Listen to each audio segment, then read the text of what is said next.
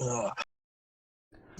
All right, so we now have some of an idea, some insight into the Double or Nothing card that is coming up in 2.5 weeks. Weren't sure where that was going to go with their tape shows, and it seems like some of the stuff that happened tonight that wasn't in the original plan, given that they had taped up through or until Double or Nothing. So I'm sure some of the plans have changed since then. Also, with most of the elite missing, the inner circle definitely used their numbers advantage over Broken Matt Hardy, and Damascus, and Kenny Omega. We'll get into that when we get to that match. Over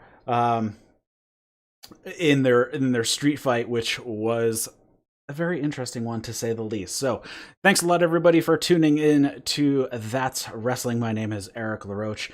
Be sure to check this out on YouTube because I do these shows live on YouTube Thursday night at 7 o'clock Eastern. So you can join us in the chat if you have any questions or comments or anything like that. If you're watching this on YouTube, you can get it as a regular audio podcast on all your favorite platforms. If you cannot find it on your particular app, shoot me an email, eric@thatswrestling.com, so I can get it added. You can pretty much find it everywhere, iTunes, Spreaker, all that fun stuff. If you would like to pick up the RSS feed until then, if it's not on your podcast player or whatever, you can head over to thatswrestling.com to snag the RSS feed there.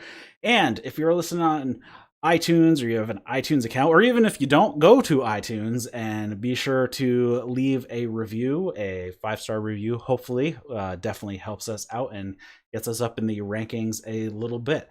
So this week I have in the co-host chair is Dustin West.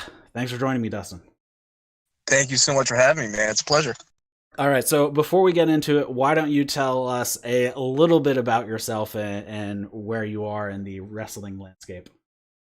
Okay, well, I am a general manager for Pro Warrior Alliance, which is a small independent a small independent wrestling promotion based out of York, Pennsylvania. Started about 2 years ago. Finally decided to pull the trigger on training. Maybe one day we can get into that. Long story short, just wanted that push to really get into it. General manager is where I'm currently at now. I've done everything from ring announcing to making sure our sound guys is all set up. Everything's running smoothly behind the scenes. Just a little bit of who's who, I guess. A little bit of this, a little bit of that.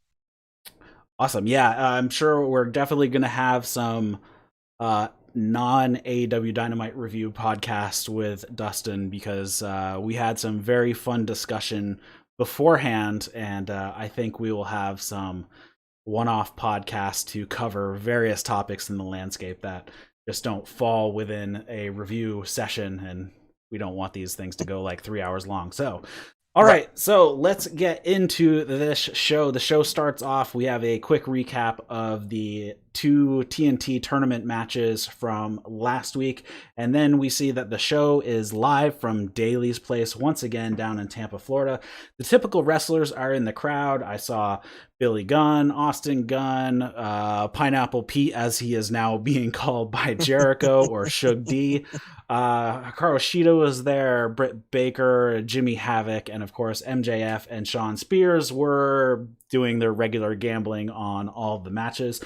A little thing that I noticed, I don't know if it happened on TNT because I watch on the fight feed, was there no audio until the first match started? It was kind of faint. Like they went through, you could hear a little bit of the interaction. It was faint. If you didn't hear it, I mean, that's nothing on fight. I mean, it was just you could Okay. barely hear it. If you weren't listening for it, you wouldn't have known that. Okay. All right. So, but we did have pyro, and like I said, we Mm-hmm. did have the wrestlers at ringside. Some were wearing masks, some were not. I whatever. Tony Khan did message out yesterday that everybody did have uh actual quick tests for COVID, so everybody Yeah. tested negative. So they're doing a lot of steps. So I'm not super worried about the lack of distancing on this show. I know some people were pretty critical of it, but I'm okay with what they did. That's just me, I guess. Oh, absolutely. I mean, I didn't have any problem with it. All right, and Dasha once again was doing ring announcing, and on commentary we did have JR back. So we had the regular three: JR, Excalibur, and Tony Khan on commentary, and then they go out doing what I always praise them for: is they run down the matches for the show, which they covered all of them, so it was great. And then first up, we have Cody versus Joey Janela, and this is where the commentary actually kicked in for me. Is right as Joey Janela was being introduced. So they shook hands actually before the match. So this was pretty much a friendly match. They were both working babyface. There weren't really any hijinks to speak of during this match. They start off with some nice chain wrestling, fight onto the outside a bit. Joey Janela goes for like the corner handstand where the ring and the staging met up, but he didn't get up. Luckily Cody got in really quickly and just kind of pounded him on the back, and it wasn't a big deal. It just looked like, hey, he couldn't get up and Cody took advantage, that type of deal. So it wasn't like a dangerous botch or anything like that. They then Joey Janela sets Cody up against the ropes on the outside, so he's standing on the staging against the ropes. We've seen this done by Cody in the past, but this time Janela went down the tunnel and then he comes with a huge running start. Of course, Cody moves out of the way and kind of slings him into the ropes, and he bounces back up onto the ramp a little bit. Cody hits a disaster kick here. Janela rolls down to the floor, and Cody hits a moonsault off the stage to the floor, which was a lot nicer looking than Charlotte Flair as usual that I see. They fight back into the ring. Cody hits a super reverse suplex off the top rope. Janela gets out of a crossroads, and he actually did it with a snapmare. I haven't seen that as the counter, but that seems to be a pretty effective counter, just because he's already holding on to the back of Cody's neck, basically. So he just drops down, gives him a nice snapmare, and hits a back elbow, but then Cody hits a power slam here. Cody goes for, it's the Os Cutter. Cody totally stole it. Right. But Janela actually catches him and gives him a German suplex. Cody goes for his Cody Cutter off the top rope in the corner for a 2 count. They have a striking exchange. Cody then hits the crossroads out of nowhere, basically, and picks up the win. Once again, Cody gives Janela a handshake after the match as well.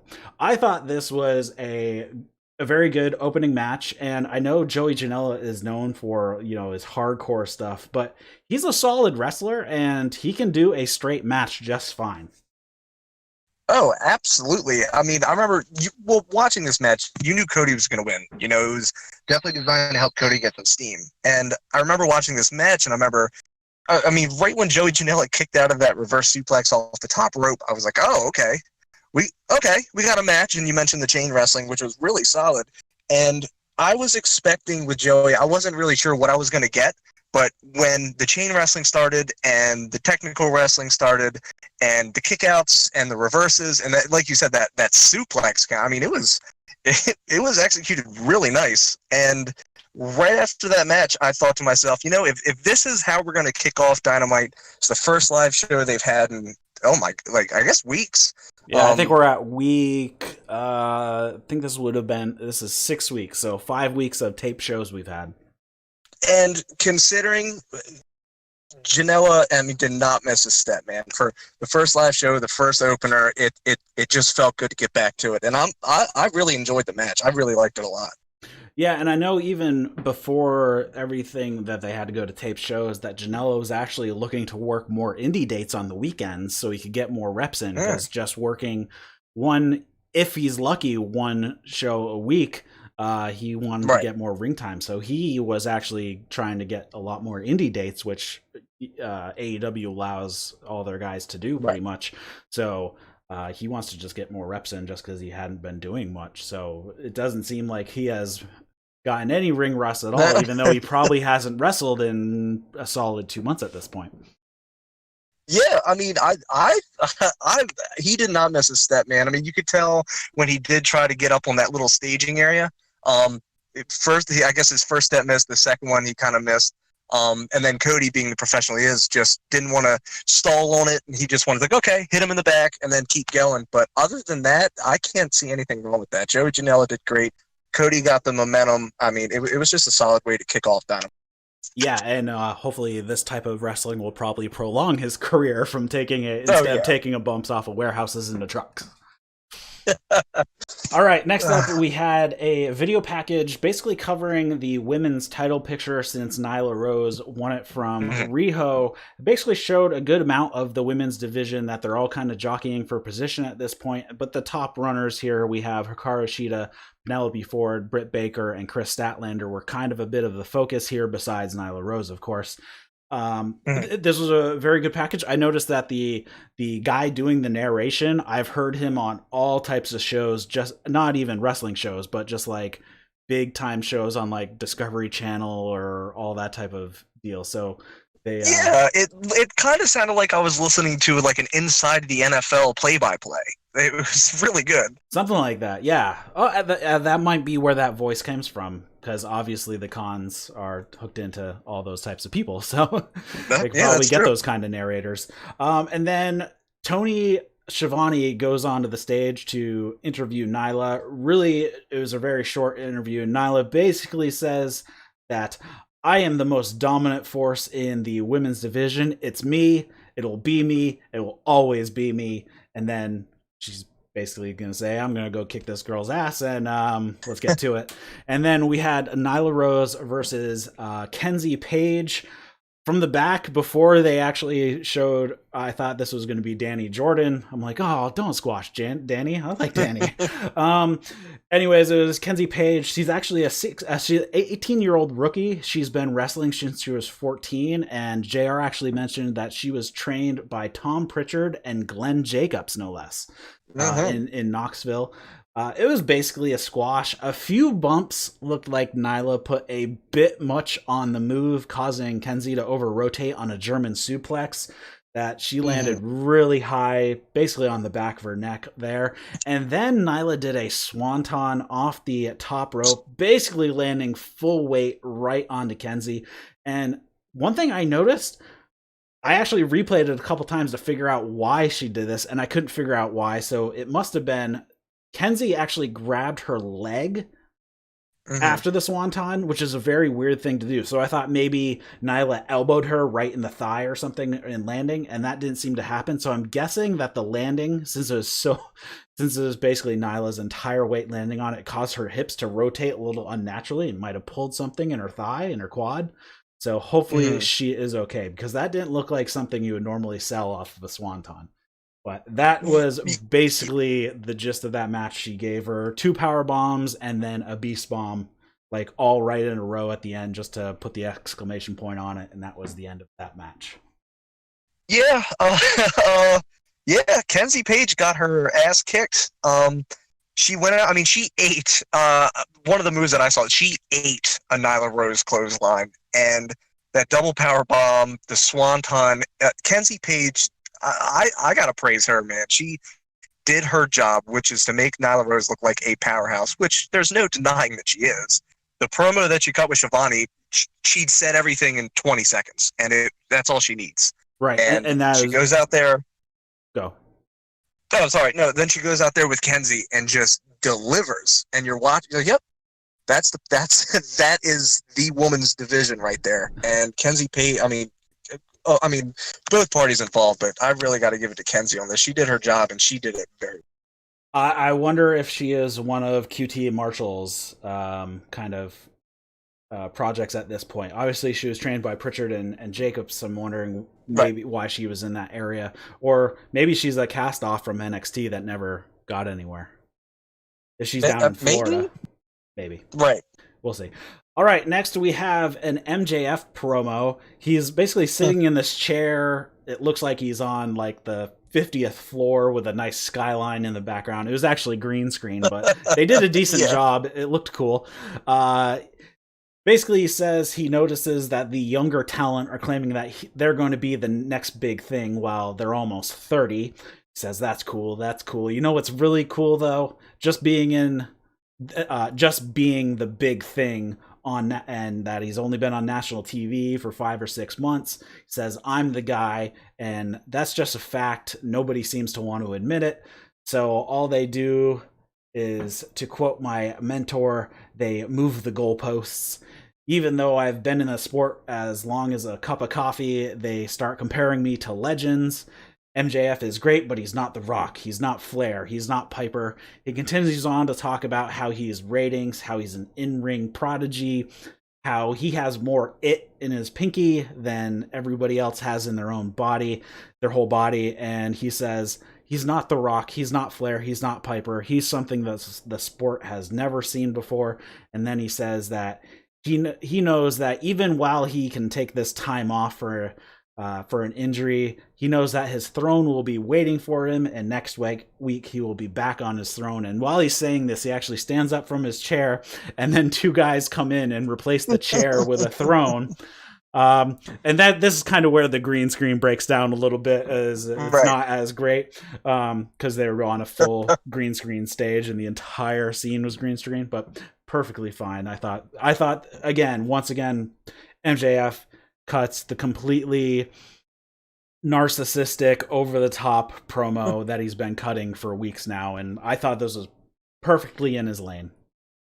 Dude, I will take MJF in any way that I can. Anytime that dude is or in front of a camera, he's nobody else. He goes full throttle, full tilt anytime he does something, and it's good to see him on camera, man. I'm excited for him to come back next week.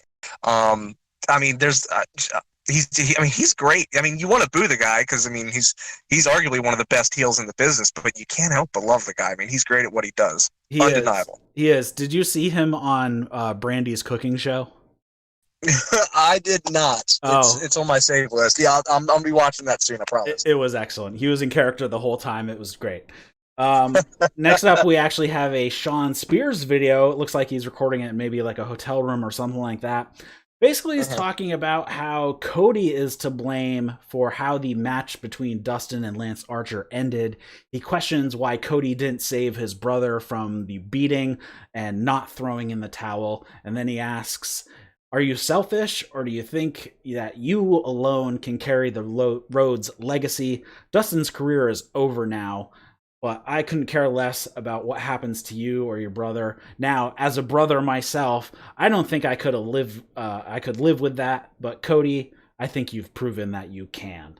So it looks like Shawn Spears and Cody, this is not over between the two of them. Oh, by far. As soon as he was cutting that, I'm like, honestly, that was maybe 45 seconds. Uh-oh. Did we lose you? Uh-oh. We might have lost... a little bit. You're a little quiet.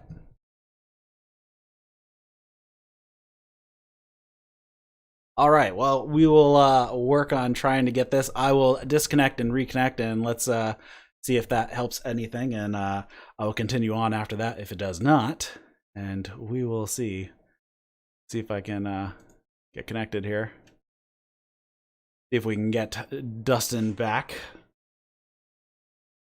I will have to mark this for edit for the podcast. Uh-oh. He might have got disconnected, so we will hopefully he can call back and we'll get onto it. But I mean, right here, Shawn Spears is definitely not done with Cody, it seems. They still have issues, and we will see how this goes. But this was a solid promo from Spears, and I am still curious on how this is going to go. Is Spears still looking for a teammate to team up with somebody, or is he gonna scrap that and go back to getting some sort of singles run? We will see how that goes. But then we move to at ringside. Spears and MJF are basically blowing smoke up each other's asses. Tony Schiavone is there interviewing them. Really short story here. At the end of the interview, Tony says he just got word that MJF will be facing Jungle Boy at Double or Nothing. MJF does a spit take and is furious and says, I didn't sign up for this. And we move on from there. So I'm curious how this. I'm curious why we have Jungle Boy in here facing MJF at Double or Nothing. It seems they haven't really had any interaction, so I'm not sure what's actually going on there. I couldn't tell you, man. It seemed kind of not necessarily threat. I think there's something has to be happening. I don't know what. Maybe we're setting up a Jurassic Express Luchasaurus. I have no idea. The MJF Spears bromance, by the way, great. I love that. I would love to see more of that. I liked the reaction of MJF having to face Jungle Boy.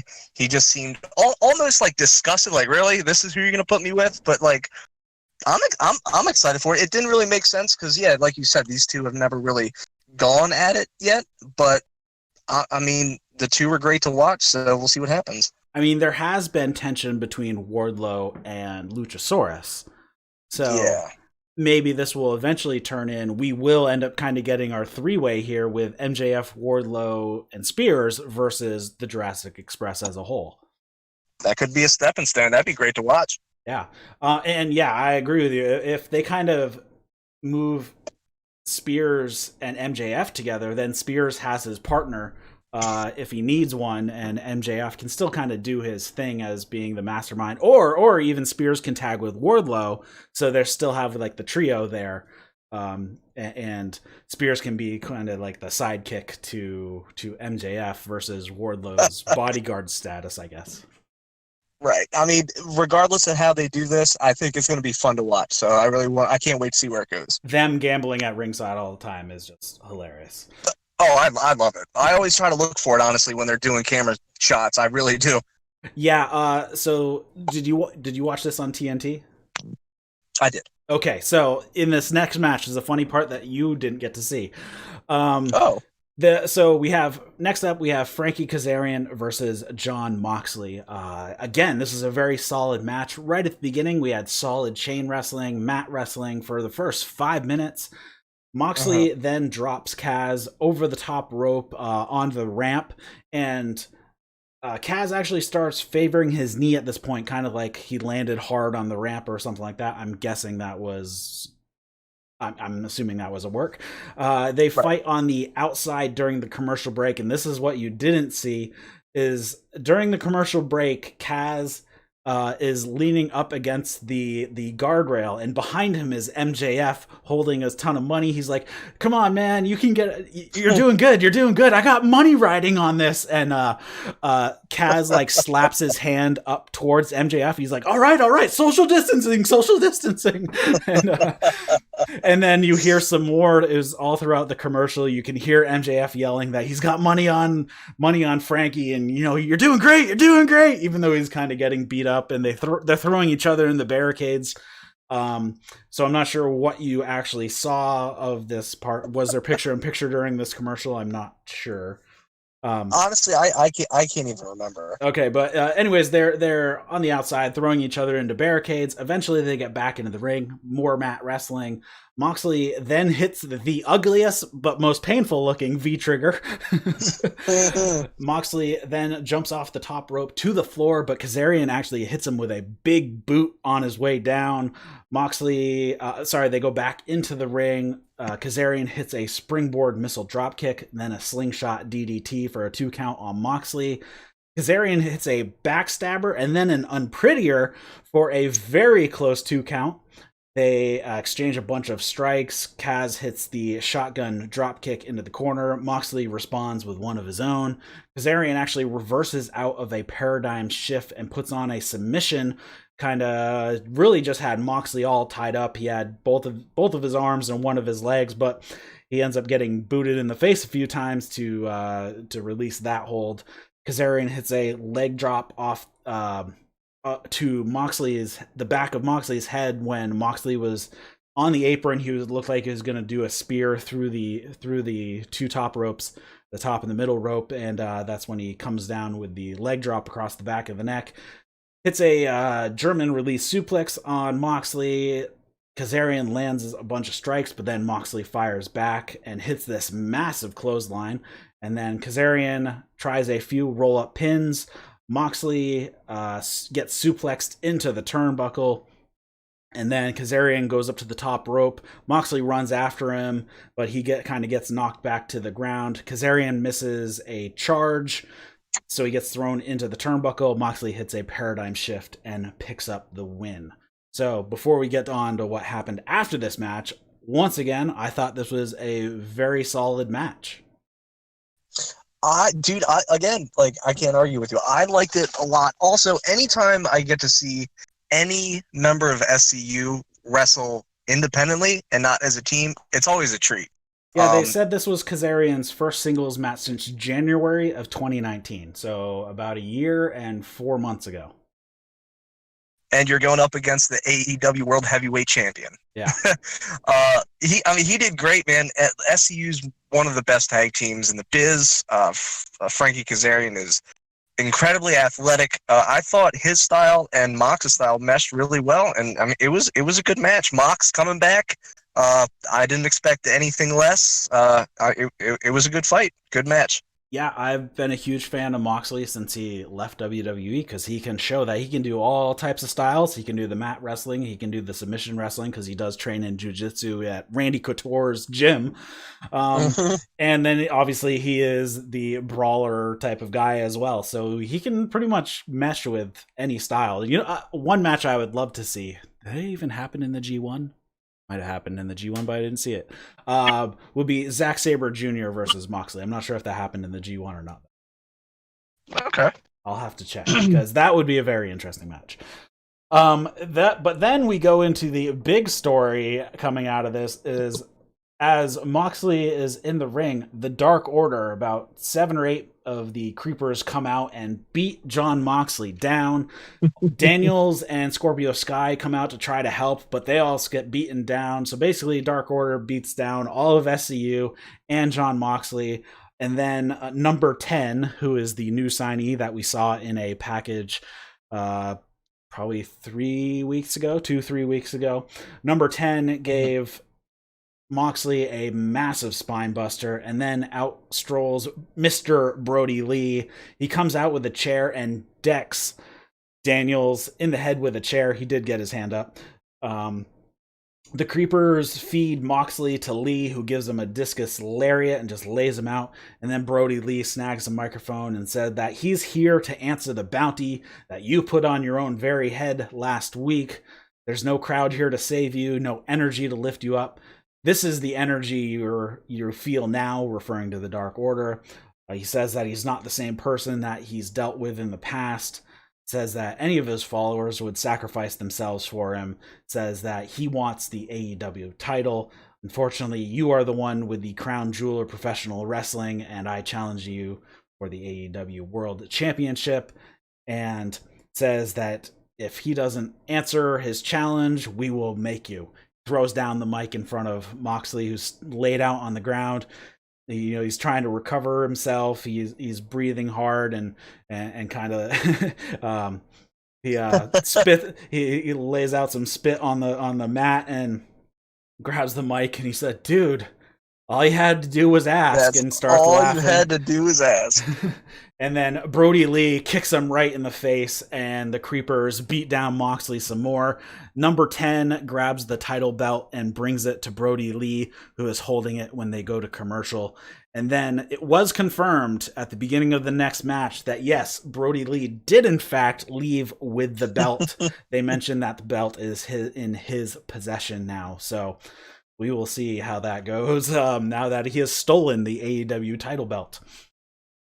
Which I think it's great. I think it's great that Brody Lee just left with Mox's championship as like you want it back? I mean, come and take it. And ballsy. And it worked. I loved everything about Brody Lee's promo. I liked what they were. I mean, it was solid. I like listening Brody Lee speak. He speaks fluent, just very confidently, man. Like, when he's talking, it's especially with like the order and the whole angle they're working, it definitely demands your attention. And he got Mox's attention, and it's going to be a fight at the upcoming pay-per-view, man. I'm excited for it. Yeah, and once again, here's another guy who was essentially a WWE cast-off who comes in and shows that he has so much range and he has great ideas and he can do what, he knows how to best use himself. And he has set himself up with this character that I think he's got decent staying power with this character because he is an egomaniac basically running this. It is a cult, but right. I'm not even sure if that's the right word for it.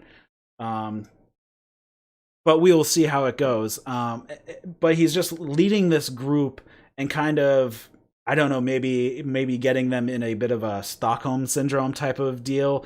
Either way, he is kind of propping up these guys and kind of making them do his bidding and whatnot. So I think Brodie Lee could definitely go all types of ways. And here we have it is official that is set up for Double or Nothing that we will have Brodie Lee versus Jon Moxley. So let me just type this down at the bottom and we'll talk about that match after.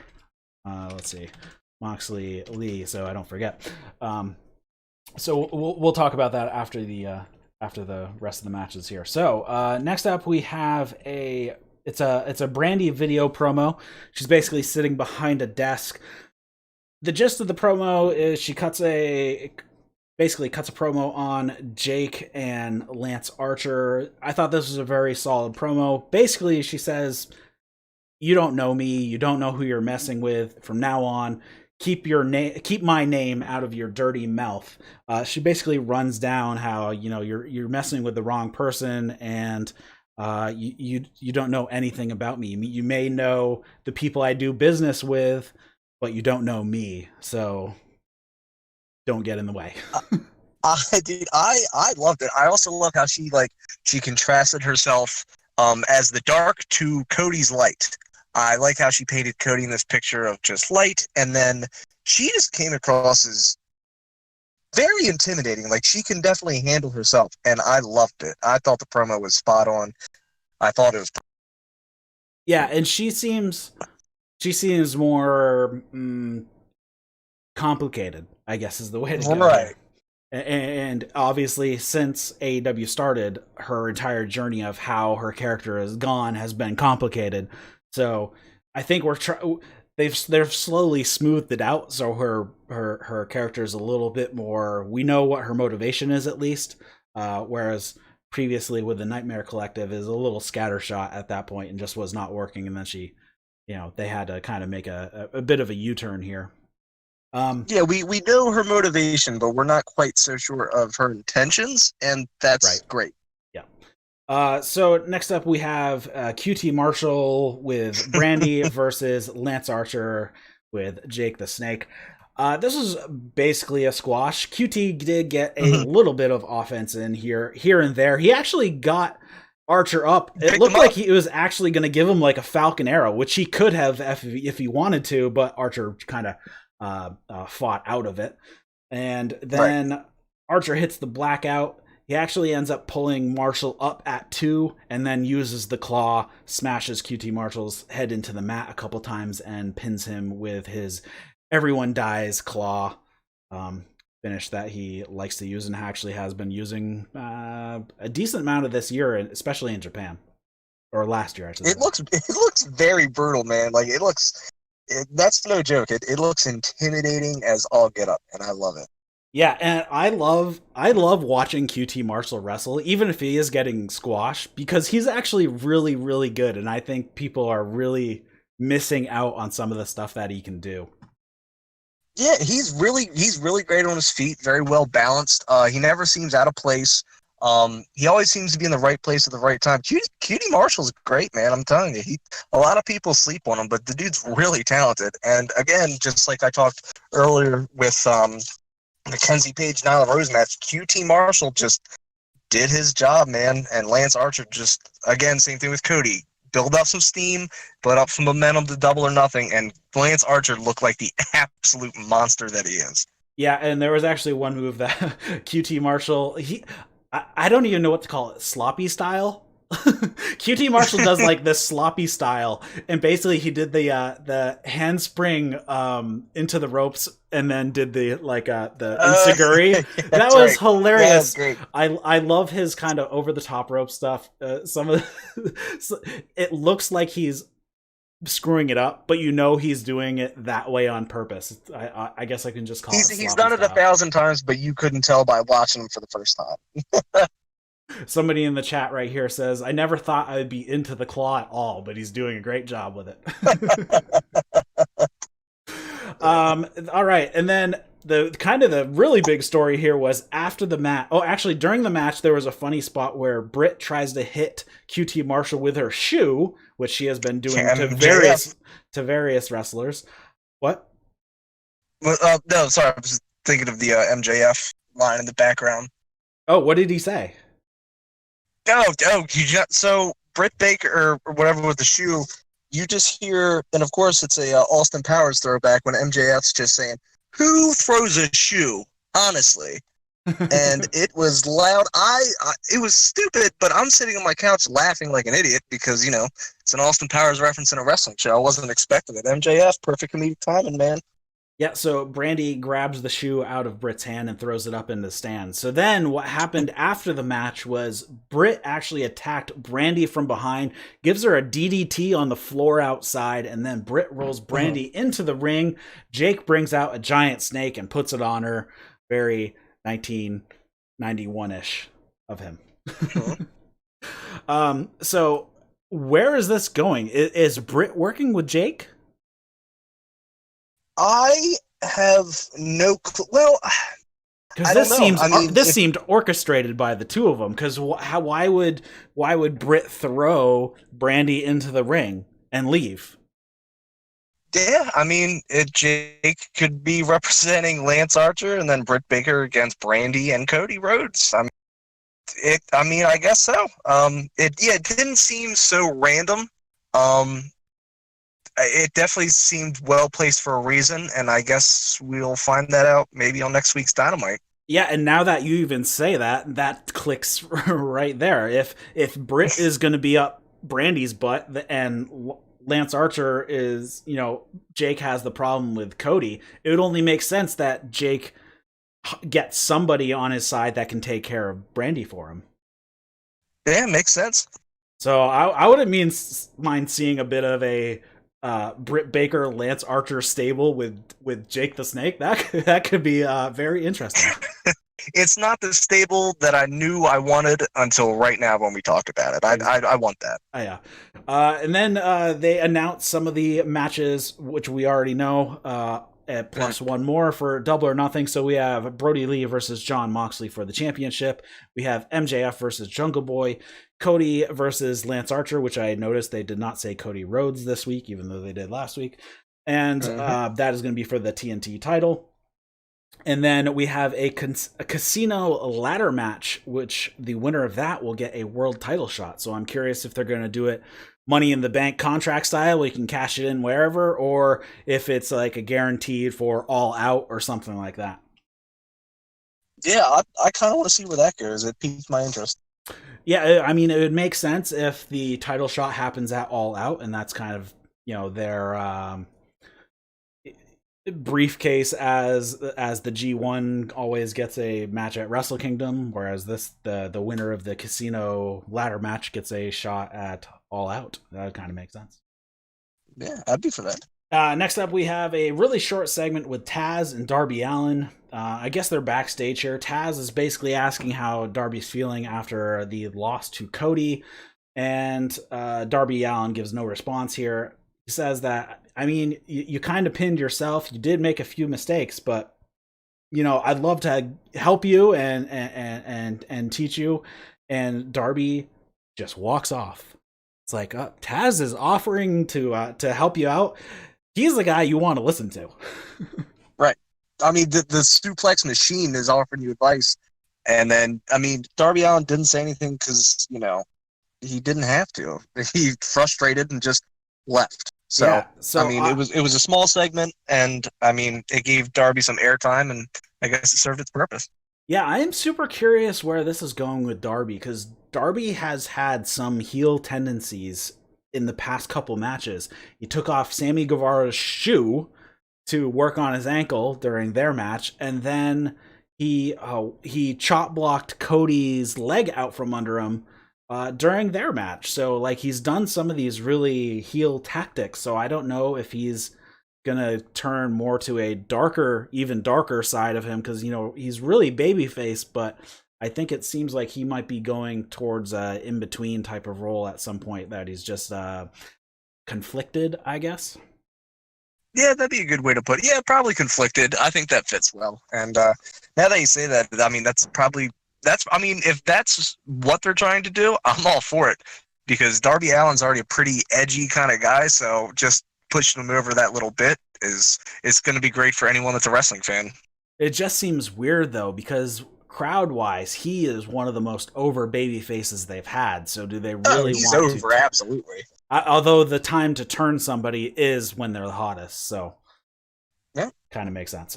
Next up, as they do every week, next week they have announced we're going to have Brody Lee versus Christopher Daniels. Well, that should be a cracker of a match right there. MJF returns to in-ring action. We have Jurassic Express versus Best Friends. They're also going to have an interview with Lance Archer and Jake Roberts. Then a four-way with Hikaru Shida, Chris Statlander, Penelope Ford, and Britt Baker. Didn't they just have a four-way recently with those four? No, it was not. Like Nyla Rose was in there, and it was for the title. It was for the title, wasn't it? And Nyla Rose. Oh, that's right. Riho was in it. Yeah, I think you're right. Yeah.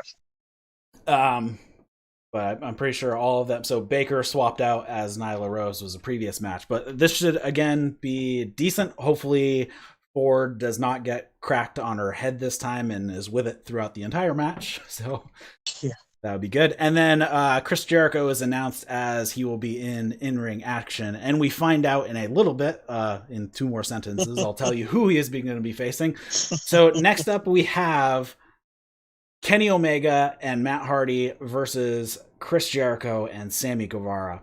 Matt Hardy is announced as Broken Matt Hardy. He comes out in his broken Matt Hardy ring attire. And when Jericho was coming in, he had a baseball bat and he was taunting Pineapple Pete or Shug D at ringside. Shug D takes a swing, and I believe he actually hit Jericho in the face. And this is announced that Jericho's opponent next week will be Pineapple Pete. So that is who he will be facing. This match starts right off into a brawl. Basically, Sammy goes up to Matt and is kind of waving his hand in his face. Matt bites Sammy's hand. That's when the bell rings. Basically goes into a straight brawl here. Omega and Hardy actually did a poetry in motion spot, which was fun to see. Jericho and Matt end up fighting into the entrance tunnel and disappear. Jericho comes out, but Matt does not. So Jericho and Sammy double team Omega for a while. Jericho and Sammy then do their Les Sex Gods pose that they like to do, which I bust out laughing every time I see it. I laugh every single time, man. Jericho hits Omega a couple times with the baseball bat. I'm wondering if they swapped out the baseball bat and had like a lighter, like plastic one, just with the same, because Jericho did smack it on the barricade when they came out, but it would make sense to plant it in everybody's head that, oh, that's a real bat, and then they swapped it out because he laid it into his stomach and then across his back. So I'm guessing they did a little tomfoolery right there to trick it out. Hopefully. I hope so, because he put some heat on those swings, man. Yeah. Those things look brutal. Yeah, and it would make sense why he hit the barricade with it coming in. Oh yeah.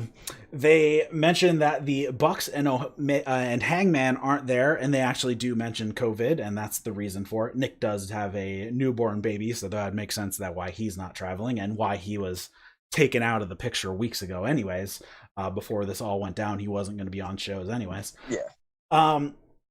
Matt and Omega throw a table and ladder into the ring. They set it up. Matt does a splash onto Sammy through the table. Hager actually pulls the ref out before the 3 count. So Hager at this point is basically in the match. During the commercial break, Hager and Jericho fight with Hardy and Omega up into the stands. They out into the concourse.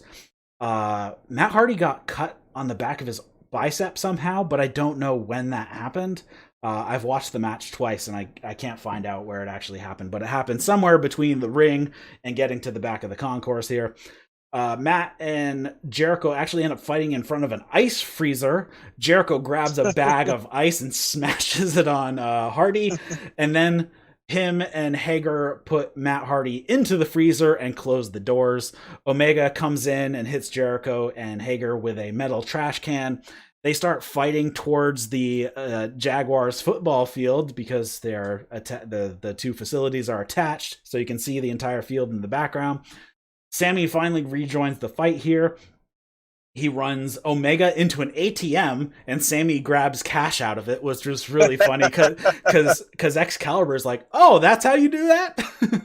And actually, Sammy put some of it into his pants, but then had a couple bills in his hand and punched Omega. And JR had a great line of "fistful of dollars," which is obviously a Clint Eastwood movie. A very good one if you haven't seen it. Omega actually hits Sammy with a buckle bomb into a steel garage door, which was awesome. And then Jake Hager comes in like he's going to try to run over Omega, but then he ends up Omega sidesteps and he ends up squashing Sammy between him and the metal door once again. Jericho comes in with this rolly cart. It's probably like something that they would keep maybe beverages with ice in them, so it's like a giant cooler on wheels type of deal. He wipes out Omega with that, and Jericho gives Omega a suplex on a barricade that's laid down on its side. I'm like, oh, please don't impale yourself on the leg. Please don't impale yourself on the leg when that happens. But they were fine. I think Jericho actually got the tab that you would stick the so basically on each end there's like a post on one side and like a sleeve on the other, and that's how you connect them together. I think he got the sleeve on one of the sides, right in his back. It definitely caught him. Yeah. And then Matt emerges from the freezer. Oh, sorry. Actually, there's one thing. Jericho grabbed a traffic cone and put it on his head and laughed like the Wicked Witch, and then hit Omega with it. And then Omega grabbed a slippery when wet sign, and when he hit Jericho, pieces of that thing flew everywhere. I thought that was a great visual right there. I didn't know those things would smash like that. I didn't think they'd shatter, but it did. It did. Then Matt emerges from the freezer. He is now dressed as Damascus. So he has gone from being dressed as Broken Matt Hardy and then old school Matt Hardy Boys type of gear with his baggy pants and everything. I think I actually might have left that out on accident. Anyways, now he is dressed as Damascus. So we've had Broken Matt Hardy, and Damascus all in this match. So this is very interesting. How I thought it was a fun thing with him doing these changes, and let's talk about that a little bit after this match. And Matt Hardy gets out of the freezer. He gets into a golf cart, and it looks like he's having trouble starting it. He does a good cover though, because the cameraman comes over and Damascus says, "You need to document this," which was a good cover for him trying to get the stupid thing started. Anyways, he gets going. He's like beeping the horn as he's driving down this causeway towards the football field. He runs over Jericho. He doesn't really run over him. I mean, Jericho takes a little bump off the side. And then Omega gets in the cart and they drive away towards the football field. And the announcer's like, "Where are they going?" And then they pull a U-turn, and in like this classic slapstick, Charlie Chaplin, Benny Hill type of deal, they are driving the golf cart. Sammy is just running away as they're running him down. The camera work was perfect. They just needed the Benny Hill music to play as well. And then he takes one heck of a bump off the edge of the golf cart when they run him down. Luckily, there's kind of like Lexan in the front, so I think most of his above his sternum kind of hit just the Lexan, so it's kind of had a bit of a give, but the metal post probably hit him right kind of in the stomach. He does like a helicopter spin basically before landing on the cement. Looked like one crazy bump there. And then Matt and Omega put Jericho onto a table that's actually next to a scissor lift. Omega gets on the lift. He starts going up, but Hager beats on Matt. Jericho gets off the table, and then Omega does a moonsault off the scissor lift onto all three of them. Looked like Matt and Hager got the worst of it. I don't think Jericho even got a piece of it at all, but of course he fell down. Omega actually goes for the one-winged angel on Jericho on like the AstroTurf kind of section of this rampway heading out to the football field, but this is when Ortiz and Santana run in from the football field to put a stop to that. So now we have all 5 members of the Inner Circle versus just Omega and Matt Hardy, because there's no one else from the Elite to help them out. Cody was probably attending to Brandi at this point. And anyways, they are basically running short on time, so they give a power bomb to Hardy through the tables that they had set up, and then Omega gets power bombed on top of the golf cart on the roof. Then you can actually hear Jericho say, "Are we still on air?" Because they were running out of time. Hits the Judas effect on Omega, pins him, and with Sammy on top as well. So they pick up the win there. The entire Inner Circle is there celebrating next to the field, and you can see on the big video board out on the field on the opposite side of the football field, the Inner Circle and like their logo in the middle. They all give the camera the middle finger, and that is the end of the show. What did you think of this match?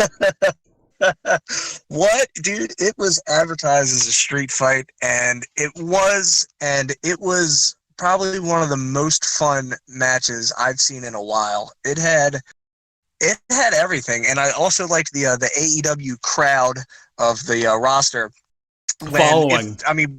Yeah, that was one of my favorite things, because like if you're watching a real street fight, there's a lot of people like, well, I ain't missing this.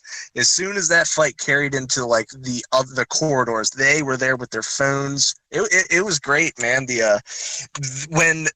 When Sammy Guevara was running for his life from Matt Hardy and Kenny Omega hanging out the side, just pointing at him, yelling at him while they're mowing him down, I laughed like a little kid, man. That match was so much fun, and it was so well put together. And honestly, it's kind of almost better that obviously you want a crowd there, but like with no interference, they didn't have to work about any parameters. They were able to get away with whatever they wanted.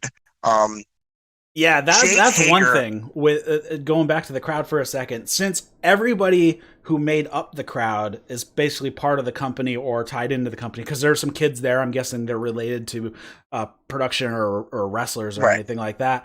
But since the entire crowd is actually part of the company, you don't have to have security kind of artificially holding them back. You don't have to put up all these fake barriers to hold them back. So you can ensure that they're all going to stay out of the way. They're not going to get involved. And that's the best part, because the crowd can stay close and nobody's going to run in and do something.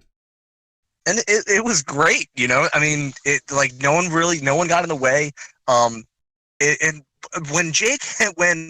When Jake Hager sprinted towards that door or whatever, the steel grate, I thought that big guy, I thought he was going through it. When he hit Guevara, I thought it was going to be like a Looney Tune, just figure of Jake Hager through that wall, man. And everything about that match was great. I did love the go home shot of the Inner Circle flipping off the camera, with it playing the logo in the background. The Matt Hardy changes were it was great. They were placed perfectly. The match was fun, man. Of course, the Inner Circle was going to win.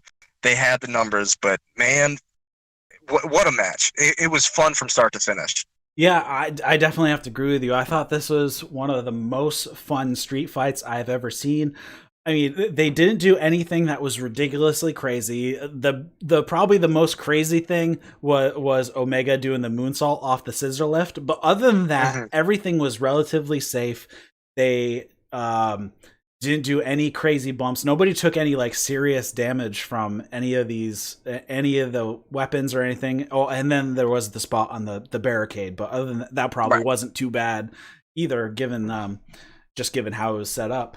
But I thought this was probably the most fun street fight I have seen in a very, very long time, if not ever, because street fights usually tend to be a bit hokey. And I think they kind of leaned into the hokiness of a street fight instead of trying to make it serious. So because they had Jericho use the traffic cone, but he put it on his head first and pretend he was like a witch. And then, of course, just leaning into it with Matt doing the wardrobe changes. That alone took the seriousness out of it and allowed you to be like, oh, this is supposed to be hokey, and kind of you can kind of lean into it and get with it, because I thought this was just hilarious. So let's talk quickly about Matt here. So now it seems we have been exposed. We have basically 3 characters in Matt. We have Broken Matt, we have regular old Matt Hardy, and then we have Damascus. So we weren't sure where this was going, and we still don't know. But I think instead of heading down, I highly doubt we're going to head towards a universe split like they did in Impact. So we're not going to have like the broken universe. And I think eventually we're going to see that either one, it's an act that he uses to get people on, keep people on their toes and all that stuff, or back on their heels, whatever expression you want to use, or that he is having some sort of personality fracture, which is either way I'm perfectly fine with, because then it kind of grounds it in reality instead of going into this total fictional space that I don't think will fly to a wide audience. Yeah, I agree with you, man. Matt is one of the things I like about what he's been able to do here is just similar to Jericho, the reinvention. And with this Broken Matt, and then Matt Hardy, and then the Damascus, it's just the layers that Matt Hardy presents, and he believes in it. And in turn, when you're watching it, he believes in it so much, I'm believing in it. So when he comes crawling out of the ice as Damascus, I'm just like, oh yeah. Like you just get so involved. He gives you 3 different presentations. He gives you, and each one kind of had its own moves. And he sticks with it, he goes with it, he invests in it, and it pays off every time. And the best thing about it, that was that was Matt Hardy's first match in how long? Because with, WWE television, not wrestling, this was this was his AEW in-match debut, and he looked phenomenal. He looked in great shape. He just looked great, man. Matt Hardy he's just always so fun to watch. Yeah, so it's probably... Well, he had a match the week before he was released, so that probably puts it at, he hasn't wrestled a match in 3 months, probably 4 months. I don't know when his release was. I don't know when his release was, and when he didn't have a 90-day, I don't think. No, I think his contract. Yeah. So I think basically we're looking at maybe 2 months, because he had a match the week before his contract ran out, and then he was immediately in AEW the next week. So that's probably 6 weeks to 7. Yeah, it's probably only been like 7 weeks or so. That's probably not, and he looked great. He did look great, and I'm sure this schedule is going to be much nicer on his body if he doesn't have to wrestle every single week or 6 times a week, because he's got to go house shows or anything like that. Even if this whole COVID thing wasn't happening. Yeah. So I'm curious how this goes. I hope I hope they learn from the things that made the character old in Impact. And continue to move it forward, but somehow keep it. At some point, they're going to have to ground it in reality. Right now, it can be in a gray area, but I really think they're going to have to ground it at some point and really flesh out, okay, is Matt Hardy just doing this as an act, or is he having some sort of mental breakdown? Either way, I'm perfectly fine going either direction, because you can play a lot with that, especially if it's kind of the split personality mental breakdown of, Right. okay, does each of the three know that the other two exist, or is it completely, is each character oblivious to the existence of the other? It could have some really fun play right there, and a lot of story that you could get out of that character. Oh, absolutely. I'm invested. I'm in. And let's talk about here Moxley versus Brody Lee getting set up. So we have. I was not sure how this was. I wasn't sure what the title match was going to be going into this show. I don't think they really had set up anything, especially because Moxley was not there at the tapings. Obviously, he did have some video segments that got sent in. Right. But there was no one really set up as a challenger. I wasn't really paying attention to the rankings, so I'm not sure who's ranked at the moment where. But we have kind of Brody Lee here kind of forcing his way into a title match. Now, while he is technically undefeated in AEW, I wouldn't put him as ranked number 1 or number 2 or even maybe number 3, but technically he is undefeated with probably 4 wins at this point. He's 4-0. Yeah. Well, yeah, I wasn't really paying too much attention with the rankings either. I think with, Double or Nothing, they really wanted to, I guess, kind of wait and see what's going on with this COVID before they really made a match. But the way I see it, or at least try to look at it in terms of, just trying to fill a void in my own brain, was Brody Lee going, okay, well, no one wants to challenge Jon Moxley for the AEW World Championship. How about I just go do it? And then he went out, he sent a message, and he took his championship. In my brain, that's how I just kind of put it together. And for what it was, I thought how it got put together in the match we get, I think it was done pretty well. Yeah, so actually, I just pull up the rankings, and as of before the show yesterday, he was actually ranked number 4, but he has the same record as the person's ranked number 2 and number 3. So technically, you got 3 people ranked as number 2 because since they all have the same. So we have Cody at number 1. He's 8-1 this year, and then Lance Archer, Kenny Omega, and Brody Lee are all 4-0 for 2020. Okay. So they're all ranked 2, 3, and 4. So Brody Lee technically is on the rankings, and he would technically be ranked number 2. So I guess that would make sense that, at least ranking wise, we can stay with the continuity here, and Brody Lee just kind of forces his way in. That would make sense. And actually, it does make sense because Lance Archer already has a match. Kenny Omega most likely is going to have some beef with the Inner Circle. So I'm guessing he's going to have a match with somebody in the Inner Circle, if not a one-on-one with Jericho. And so that would make sense, and Brody Lee would be the next logical, now that I'm thinking about it. So I guess it works out. I was a little thrown when it happened, but now after looking at this, I think it actually ends up making the most sense. Yeah.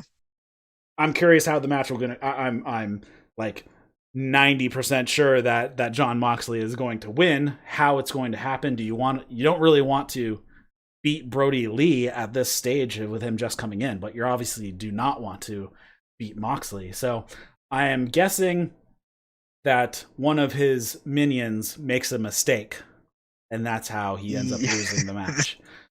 And the last thing you want to do as a minion is piss off Brody Lee, the Exalted One. Which I think is probably the best thing that could happen storyline-wise, because that it will be gold with Brody Lee going off the hook because he's lost the match because one of his minions screwed up. Oh, I can't wait for the vignettes with him being completely unhinged at this point.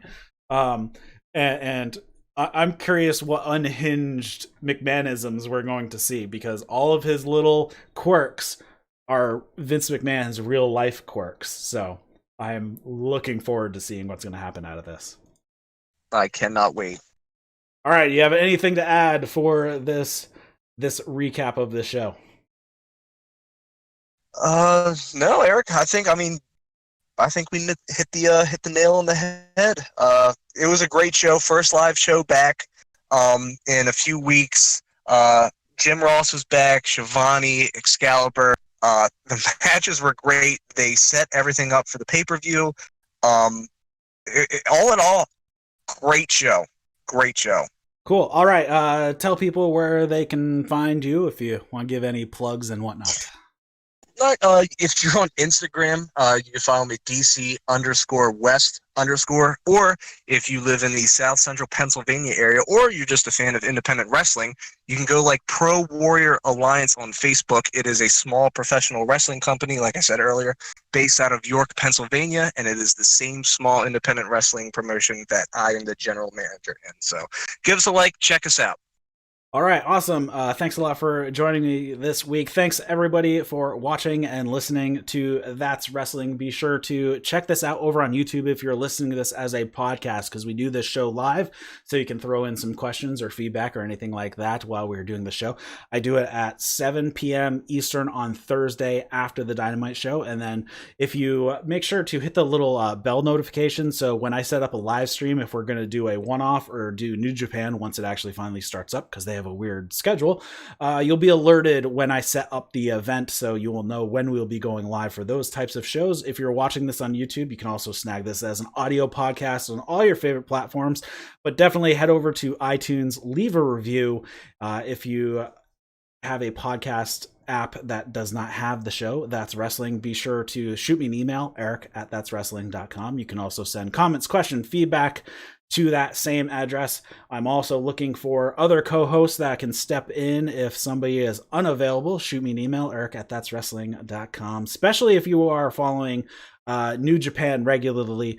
Obviously, it's going to be a while till those shows starts up because they canceled all of the Super Juniors this week, so they don't have a scheduled show until at least mid-June, and they also canceled the Madison Square Garden show. The tickets were actually supposed to go on sale later this week, so the August show at Madison Square Gardens has been canceled, which is a bit of a bummer. But anyways, if you do follow New Japan, I could use a New Japan-specific co-host. That'd be great. Eric@thatswrestling.com. Thanks for watching and listening, everybody, and I will see you next week on That's Wrestling. See you later, guys. And we